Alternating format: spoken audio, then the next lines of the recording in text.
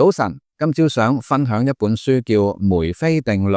你有冇試過越驚遲到就越塞車，越係唔想出事，偏偏就出事呢？嗱，呢啲咧就係梅菲定律。凡事可能出錯就一定會出錯，但係其實呢本書唔係想講衰嘢，佢係教我哋點樣避開心理陷阱，令你活得更加醒目，更加自在。第一個想講嘅咧就叫做尋撈效應。嗱，舉個例，你去超市買一件商品，第一次見到咧就50蚊，跟住咧就再見到另一件商品就30蚊。當時咧你可能會諗，哇，抵到爛喎，30蚊。但係咧，如果你一開始咧係見到30蚊，之後先至見到50蚊咧，你就會覺得佢哇貴到離譜啦。嗱，點解會咁咧？原來因為第一個價錢咧就好似一隻船喺海上面落撈，隻船咧就固定咗個位，你個腦咧其實個情況差唔多，你俾第一次個印象咧鎖住咗啊！我哋試下練習一下，下次買嘢嘅時候咧，比較最少3個牌子之後再做決定。每次咧都問下自己，如果一開始見到最平嘅價錢，我係會點樣諗呢？咁跟住想講嘅咧就係瓦倫達效應。瓦倫達咧就係一個雜技嘅演員，咁佢以前咧表演行鋼線咧就冇失過手嘅，但係有一次咧佢就好擔心會跌落嚟，結果就真係出咗事啦。嗱，核心嘅意思係咩咧？就係你越係驚失敗咧，佢就越容易會衰嘅。嗱，點解咧？因為咧你將嗰個注意力放晒喺唔好衰嗰度，而唔係專注於做好本身嗰件事。嗱，又舉個例好似小朋友想學踩單車，如果佢一路係望住路邊啲石仔，諗住千祈唔好撞到，咁結果咧佢真係會撞到㗎。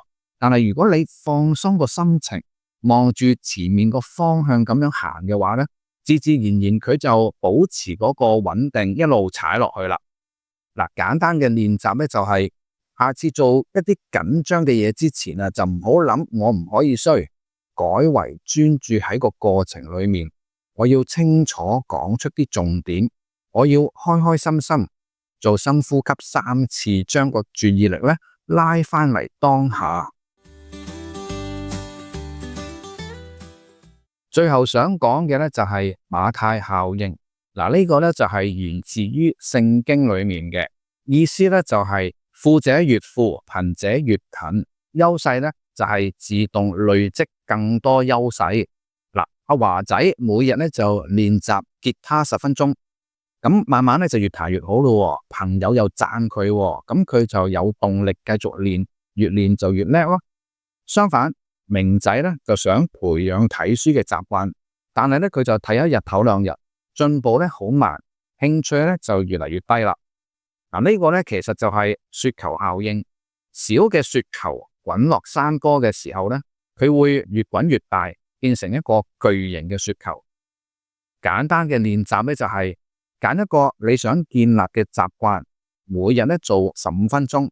嗱，唔使多嘅，重點咧就係持續，用日曆咧將佢記低，咁你自己咧就睇住自己勝利嘅記錄，堅持21日。嗱，其實呢本書咧係想話俾我哋知，生活裏面係有好多心理陷阱嘅，但係只要我哋咧識得覺察，就可以將佢避開噶啦。提供3個今日就做到嘅練習俾你啊！嗱，第一，對抗尋撈效應，買嘢之前咧比較多幾個選擇，唔好俾第一個嘅價錢咧 lock 住你嘅注意力。第二，對抗瓦倫達效應，嗱，做緊張嘅嘢之前咧，先做深呼吸，專注咧喺個過程裏面，就唔係喺個結果。第三，善用馬太效應，每日就做15分鐘嘅小習慣，持續做21日。嗱，記住改變咧就唔使一步到位嘅，咁咧由小習慣開始，慢慢累積，你就會發現咧生活會越嚟越順噶啦。梅菲定律咧就話，要出錯嘅嘢咧就會出錯，但係我哋咧可以透過覺察同埋練習，將出錯嘅機率咧減到最低。好啦，今日嘅分享咧就講到呢度，希望呢本書可以為你帶嚟啟發，我哋下次見啦。